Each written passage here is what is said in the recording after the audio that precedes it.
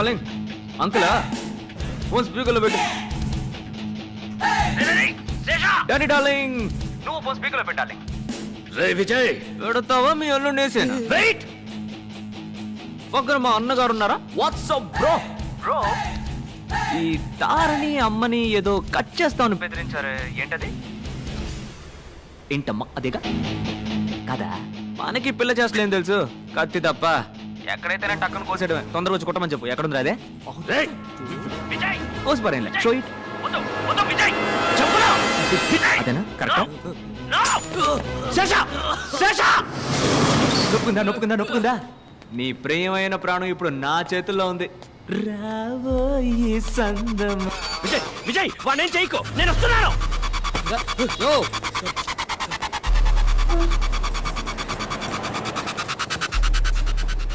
వెళ్ళవయ్యా, ఎక్కడికైనా వెళ్ళవయ్యా, వెళ్ళవయ్యా. ఎక్కడికి పోవాలో నాకు తెలుసు.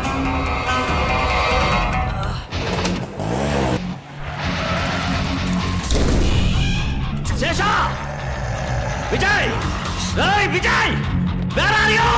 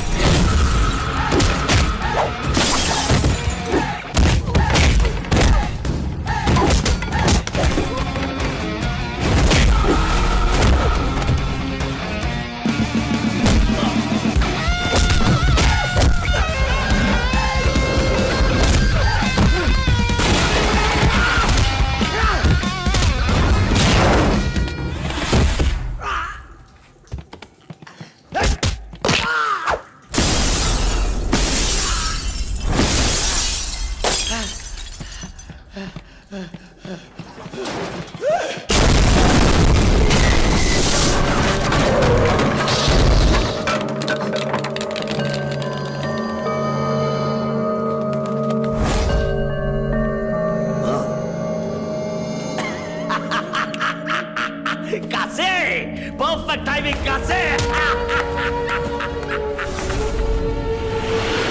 వెళ్తాం, ఇంకో 10-15 నిమిషాలు వెళ్తాం సార్.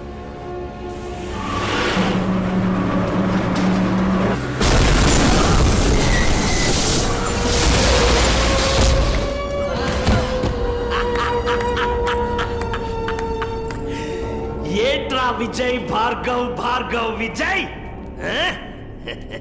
కలిపి ఇతన్ని వేసేయాలనుకున్నాను. చచ్చాడు.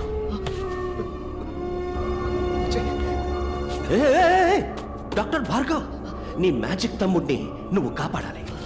మీ ఇద్దరిని కలిపి నేనేసేయాలి. వెళ్ళు కాపాడు.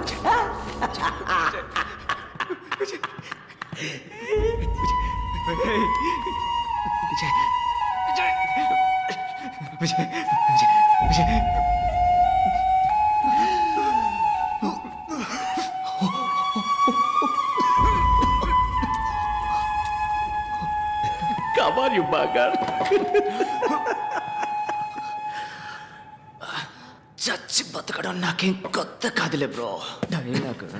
బాలే కాసే ఈడొకడు, నేను చూసుకుంటాను. నువ్వు ఫైట్ డాక్టర్ ఫైట్ చేయడానికి ఎవరు చెప్పాడ్రా? ఇప్పుడు చూడు సీన్.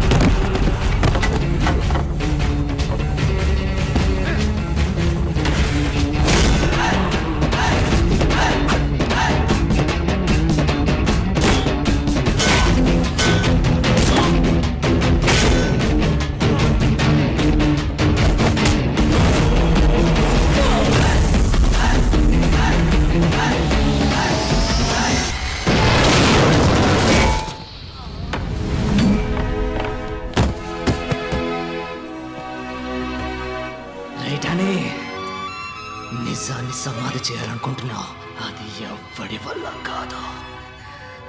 ఆ నిజం ఒకటికి రెండుగా నీ కళ్ళ ముందుకొస్తుంది.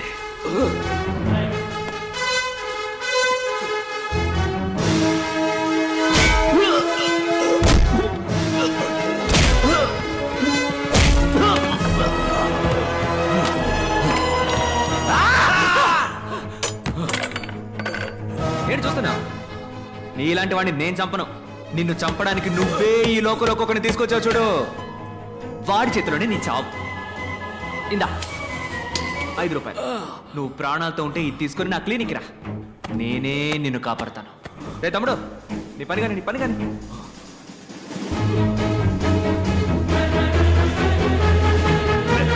Let's stop!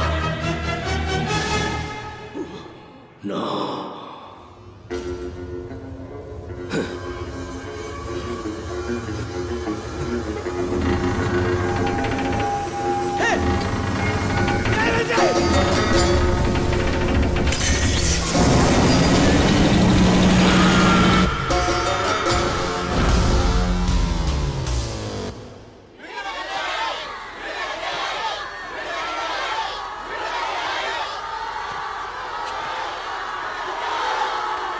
లోపల నువ్వు మాట్లాడుకోవడానికి కారణం ఉంది. ఇప్పుడు మాట్లాడాల్సిన అవసరం ఉంది. మాట్లాడు.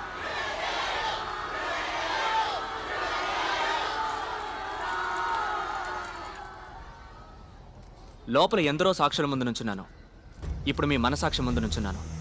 నేను చేసింది తప్పో ఒప్పో మీరే చెప్పాలి. ఇంతమందిని చంపే హక్కు మీకు ఎవరిచ్చారు? మనిషి కళ్ళు మూసుకొని నమ్మేది ఇద్దరిని మాత్రమే. ఒకడు దేవుడు, ఇంకొకడు డాక్టర్. దేవుడికేమో మనం జుట్టే ఇస్తున్నాం, కానీ డాక్టర్కి ప్రాణం ఇస్తున్నాం. ఆ డాక్టర్ తప్పు చేయకూడదు. తప్పు చేసేవాడు డాక్టర్ అయి ఉండకూడదు. అన్ని రంగాల్లోనూ తప్పులు జరుగుతున్నాయి, కానీ వైద్య రంగంలో జరుగుతున్న దాని పేరు తప్పు కాదు, నమ్మక ద్రోహం. ఆ ద్రోహానికి క్షమాపణే లేదు. సార్, మెడికల్ సిస్టమ్ బిజినెస్ గా మారిందంటే తప్పెవరిదంటారు? గవర్నమెంట్ హాస్పిటల్ సవ్యంగా సేవలు అందించకపోవడానికి కారణం ఎవరో వాళ్లే నిజమైన నేరస్తులు.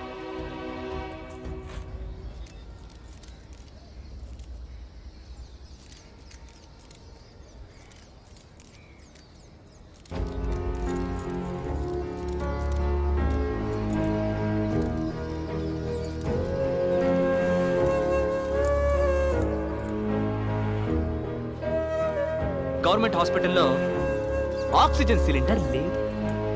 ఎందుకని లేదురా అని అడిగితే 2 సంవత్సరాలుగా సప్లై చేస్తున్న వాడికి డబ్బులు బాకీ అంట. అది మ్యాటర్. ఇంకో గవర్నమెంట్ హాస్పిటల్లో డయాలసిస్ చేస్తున్నప్పుడు కరెంట్ కట్ అయింది. 4 చచ్చిపోయారు. కేవలం అక్కడ ఒక పవర్ బ్యాకప్ కూడా లేదు. ఇంక్యుబేటర్లో ఉంచిన ఓ బిడ్డ పందికొక్కు కొరకడం వల్ల చనిపోయింది మన దేశంలోనే. జనం రోగాల పేరుకు భయపడడం కన్నా గవర్నమెంట్ హాస్పిటల్ పేరంటే భయపడుతున్నారు. ఆ భయమే ప్రైవేట్ హాస్పిటల్స్ ఇన్వెస్ట్మెంట్.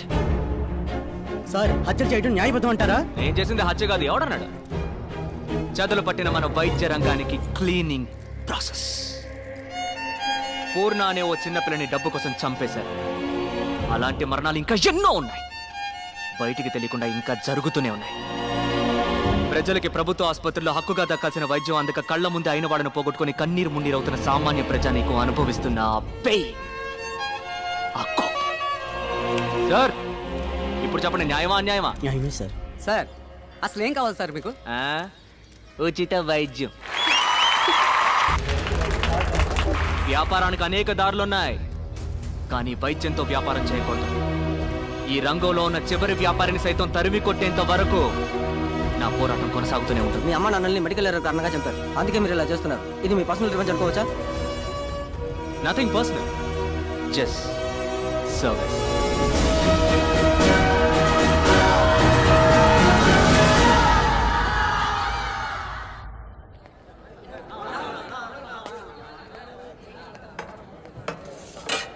అన్నోయ్, ఎన్నాళ్ళు పురుగులు పడి అన్నం తినేదే? నీ మ్యాజిక్తో హైదరాబాద్ బిర్యానీగా మార్చేయచ్చుగా. రాష్ట్రంలో ప్రభుత్వ ఆసుపత్రిలో చనిపోయిన తన భార్య మృతదేహాన్ని 10 తిండి తినే యాల కిలోమీటర్ల ఇదొకటే. తన భుజాన వేసుకుని నడిచి వెళ్లిన సంఘటన చోటు చేసుకుంది. దీనిని అన్నో, ఒరిస్సా రాష్ట్ర ఆడి పెళ్ళం సచ్చినందుకు ఎడతాడా లేక పెళ్ళం శవం తగలేటడానికి డబ్బులు లేవని ఎడతాడా? ఆ ప్రాంత గొప్ప సంకటం అన్నా. అసలు ఈ సర్కారు వాళ్ళు ఏం చేస్తున్నట్టు అన్నా? తిండి తినే మూడే పోయింది. అన్నో నువ్వు గాని ఎలుపులుంటే ఈ పాటికి ఒరిసాకు పరుగుపెట్టేవాడు కదూ ఆ? అన్నా?